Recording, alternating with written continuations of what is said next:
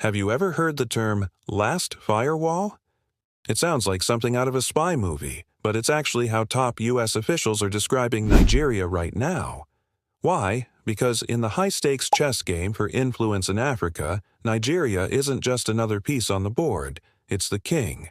It represents the final, most critical bulwark against a complete continental shift towards China. If Nigeria falls firmly into Beijing's orbit, America's influence in Africa could become a distant memory.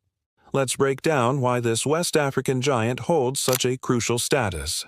First, let's talk about people. By 2050, Nigeria is projected to be the third most populous country in the world, right behind India and China.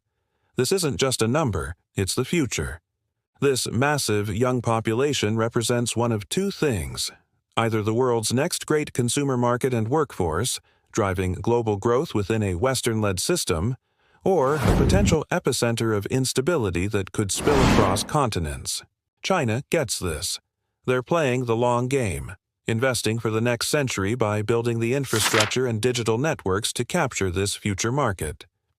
For the U.S., Nigeria is the last real chance to ensure this demographic titan develops along a democratic pro-Western path rather than becoming a client state of Beijing. Next up is the economy. Nigeria is Africa's largest economy. It's the economic engine of West Africa and a trendsetter for the entire continent. The U.S. and China are offering two very different paths. The American strategy is to support a private sector-led, tech-driven economy. Think of the Silicon Lagoon in Lagos, looking to Wall Street and Silicon Valley for investment and innovation. China's strategy is different. They focus on building the physical and digital bones of the economy: the ports, the railways, the 5G networks. These are state-controlled projects that create a deep, structural foundation. The U.S. sees Nigeria as a firewall because if its economy becomes fundamentally dependent on Chinese capital and technology, the American model of free market enterprise becomes almost irrelevant. Then there's the battle of ideas.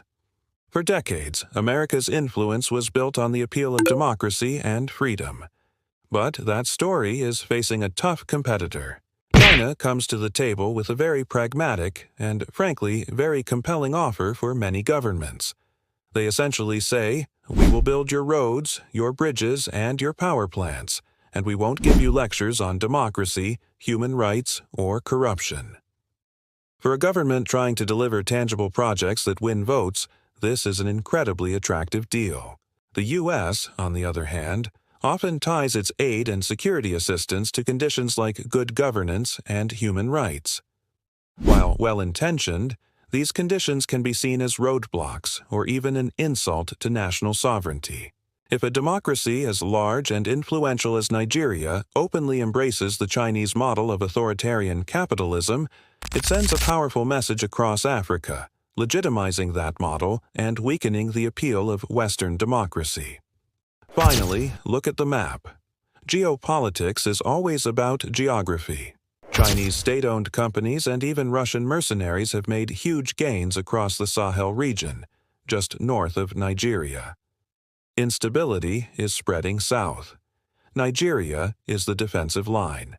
If American influence crumbles in Nigeria, the entire West African coast, from Ghana to Cameroon, becomes incredibly vulnerable to a domino effect of Chinese economic dominance and Russian security deals. There is no other nation in the region with the size, the military power, and the economic weight to hold that line. Senegal and Ghana are important partners, but they simply can't anchor the continent. Nigeria can. So when you see the U.S. building a new mega embassy in Abuja, or sending high-level diplomats, understand what's really happening. This isn't just routine diplomacy. It is a belated but desperate effort to fortify a strategic barrier and prevent a continental tipping point. For the United States, losing Nigeria isn't just losing a partner. In the grand scheme of things, it could mean losing Africa. Thanks for tuning in. If you found this breakdown insightful, please hit that like button, subscribe to the channel, and ring the bell so you don't miss our next deep dive. See you in the next video.